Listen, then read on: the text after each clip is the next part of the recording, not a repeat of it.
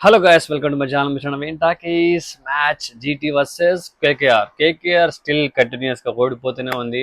వాళ్ళ ఓటమి స్ట్రీక్ని వాళ్ళు మెయింటైన్ చేస్తున్నారు. కంటిన్యూస్గా 6 మ్యాచ్లు, ఒక్క మ్యాచ్ డ్రా అయిపోయి అది కూడా ఒక పాయింట్ అయితే వచ్చింది. కానీ Kolkata performance up to the mark అయితే లేదని చెప్పాలి. ఎందుకంటే మేబీ వాళ్ళ కోచ్ స్టాఫా, మేనేజ్మెంటా, లేకపోతే క్యాప్టెన్సీ బాగలేదా, లేకపోతే టీమే పర్ఫామ్ చేయడానికి ఎవరికి ఎవరు ఫామ్లో లేరా అంటే అర్థం కావట్లే. కానీ ఫినలెన్ మంచి ఊపులో ఉన్నాడు. యాక్చువల్గా వరల్డ్ కప్లో బీభత్సమైన ఇన్నింగ్స్లో ఆడాడు. సైఫర్ట్ అలానే ఆడాడు. కానీ ఎక్కడ కూడా ఐపీఎల్కి వచ్చినప్పటి నుంచి నో ఇంపాక్టబుల్ పర్ఫార్మెన్స్ అస్సలు ఎక్కడా లేదు. కేకేఆర్ ఓడిపోవడానికి కారణం ఏంటని ఆలోచిస్తే బౌలింగ్ కంటే కూడా బ్యాటింగ్ చాలా వీక్ ఉంది. ఇప్పుడు 200 స్కోర్ అనేది చాలా యూజువల్గా ప్రతి మ్యాచ్ వచ్చేస్తున్నాయి స్కోరు. అలాంటిది కోల్కతా 200 కొట్టడానికి చాలా స్ట్రగుల్ అవుతున్నారు. అంటే బ్యాటింగ్లోనే చాలా మిస్టేక్ ఉంది. బౌలింగ్ ఖచ్చితంగా ప్రతి ఒక్కరూ వాళ్ళ టైం ఉన్నప్పుడు వికెట్లు తీస్తున్నారు, లేకపోతే బౌలింగ్ కొట్టడమే ఎక్కువ ఉంది. ఇప్పుడు చెప్పాలంటే డామినెన్స్ బ్యాటింగ్ ఎక్కువ ఉంది బౌలింగ్ కంటే కూడా. అలాంటప్పుడు బ్యాటింగ్లో ఎక్కువ స్కోర్ చేయగలిగితే బౌలింగ్లో కొంచెం డిఫెండ్ చేసుకోవడానికి అవకాశం ఉంటుంది. కానీ కోల్కతా ఇక్కడ బ్యాటింగే సరిగ్గా చేయట్లేదు, ఇంకా బౌలింగ్ ఎలా డిఫెండ్ చేసుకోగలదు, అది ప్రాబ్లం ఇక్కడ. అక్కడికి వాళ్ళు చేజైతే చేశారు. టీంలో ఫిన్నల్ ప్లేస్లో టిమ్ సెఫర్ట్ని తీసుకొచ్చారు. Still Tim Seifert up to the mark performance అయితే రాలేదనిపించింది. అవుట్ అయిపోయాడు త్వరగానే, ఎక్కువసేపు లేరు. బ్యాక్ టు బ్యాక్ వికెట్స్ పడ్డాయి, స్ట్రగుల్ అవుతున్నారు. రహానే కూడా ఈ మ్యాచ్ పర్ఫామ్ చేయలేదు. రహానే కొంచెం ఆడాడు ముందు, బట్ స్టిల్ నేనైతే మ్యాచ్లో అసలు ఆడలేదు. అలాగే రఘువంశీ, అంగ్రీష్ రఘువంశీ కూడా పెద్దగా పర్ఫామ్ చేయలేకపోయాడు. అంటే ఎవరో ఒకరు ఫెయిల్ అవుతా వస్తున్నారు. బట్ ఓకే, వీళ్ళిద్దరు కన్సిస్టెంట్గా కొంచెం ఆడుతున్నారు, రహానే అండ్ రఘువంశీ. కానీ మిగతా వాళ్ళు కూడా ఆడి కొంచెం స్కోర్ అనేది యాడ్ చేయగలిగితే ఏదో కొంచెం స్కోర్ అనేది 200 పైన వెళ్ళి ఉంటే కొంచెం నిన్న జీటీతో గెలవడానికి అవకాశం ఉండేదేమో నా ఉద్దేశం అనమాట. యాక్చువల్గా కొన్ని రన్స్ షార్ట్ అయ్యారని చెప్పుకోవాలి. ఎందుకంటే లాస్ట్ ఓవర్ వరకు మ్యాచ్ వచ్చింది జీటీది కూడా.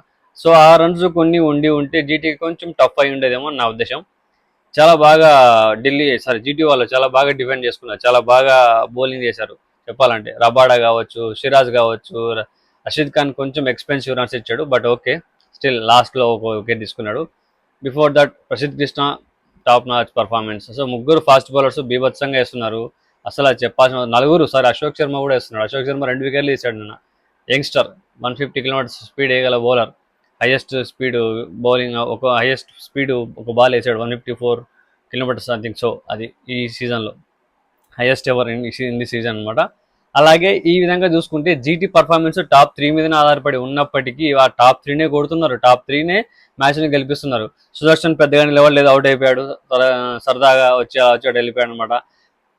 శుభ్మాన్ గిల్ అస్సలు నాకైతే అర్థం కావట్లేదు, ఏం కన్సిస్టెన్సీ మెయింటైన్ చేస్తున్నాడు. ఫస్ట్ మ్యాచ్ నుంచి ఒక మ్యాచ్ లేడు, 5 మ్యాచ్లు ఆడారు ఇప్పటికి. 5వ మ్యాచ్ ఆడినప్పటికీ ఒక మ్యాచ్ లేకపోయినప్పటికీ ఇప్పుడు ఆరెంజ్ క్యాప్లో ఉన్నాడు. 250 రన్స్ చేశాడు.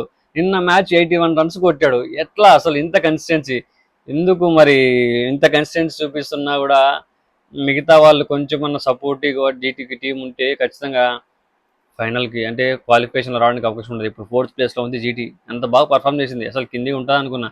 ఆ టాప్ 3 మీద ఆధారపడ్డారు, వీళ్ళేం ఆడతారు, ఇంకా ఆ టాప్ 3 ఆడకపోతే మిగతా వాళ్ళు అస్సామే అన్నట్టు అని నేను ఫీల్ అయిపోయినా. కానీ ఇక్కడ అలా లేదు. ఆ టాప్ 3 మ్యాచ్ గెలిచిన వరకు వదిలిపెట్టట్లేదుగా. శుభ్మాన్ గిల్ తగులుకుని ఆడట్లేదు నిన్న వాళ్ళని. సత్తా ఇచ్చాడు బౌలర్స్ని, ఎటువంటి బౌల్స్ వేసినా కానీ ఇచ్చిపెట్టలేదు అనమాట. ఆడుతూనే ఉన్నాడు. బై మిస్టేక్ వాళ్ళకి ఇట్లా ఆడుకుంటూ పోయినా కూడా వాళ్ళకి అవకాశాలు కలిసి వచ్చేట్టుగానే ఉన్నాయన్నమాట. కానీ ఇక్కడ వాళ్ళ టీం చూసుకుంటే lower order and middle order సరిగ్గా లేరు. Only Jos Buttler, Sai Sudharsan, అలాగే శుభ్మాన్ గిల్ ముగ్గురు మీద ఆధారపడింది. మొన్న రీసెంట్గా ఫామ్లోకి వచ్చాడు వాషింగ్టన్ సుందర్ అనమాట. వాషింగ్టన్ సుందర్ కొంచెం పర్లేదు, బాగానే ఆడుతున్నాడు. నేను మ్యాచ్లో పెద్దగా ఎక్కువసేపు లేడు. తర్వాత ఫిలిప్స్ అవకాశాలు రెగ్యులర్గా వస్తున్నాయి, స్టిల్ యూజ్ చేసుకోవట్లేదు ఇచ్చిన అవకాశాన్ని. నిన్న ఉన్నాడు, లాస్ట్లో అవుట్ అయిపోయాడు. పొరపాటున కొన్ని రన్స్ ఎక్కువ ఉంటే ఫిలిప్స్ అవుట్ అయిపోతే అప్పుడు ప్రెజర్ పడేది, మిగతా మ్యాచ్ తుస్తని పోయేది అనమాట. సో ఇది కూడా ఉన్నాయి కొన్ని కన్సర్న్స్, చాలా కన్సర్న్స్ ఉన్నాయి, చాలా మైనస్లు ఉన్నాయి టీంలో కూడా. స్టిల్ గెలుస్తూ వస్తున్నారు వాళ్ళు. ఇప్పటికీ 3 గెలిచారు 5లో.